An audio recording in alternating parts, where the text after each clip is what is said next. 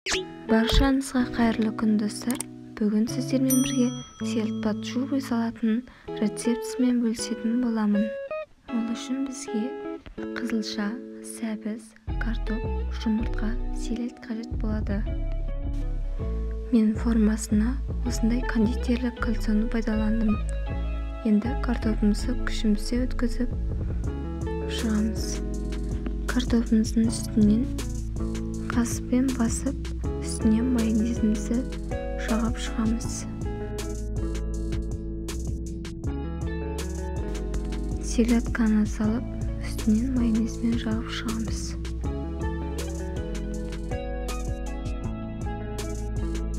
Ортасына қалауларыңызша тұз салсаңыздар болады. Сәбізімізді күштен өткізіп, үстінен майонезімізді жағып шығамыз. Қызылшамызды да дәл солай күштен өткізіп, майонезімізді жағамыз.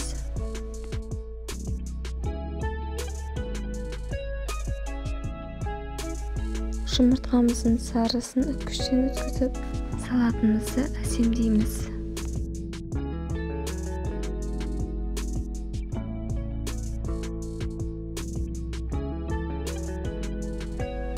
Салатымыздың бетін осындай укроптармен әсемдеп шықтым. Мінекей біздің салатымыз дайын болды. Сіздер де үйде жасап көрулеріңізге кеңес етемін.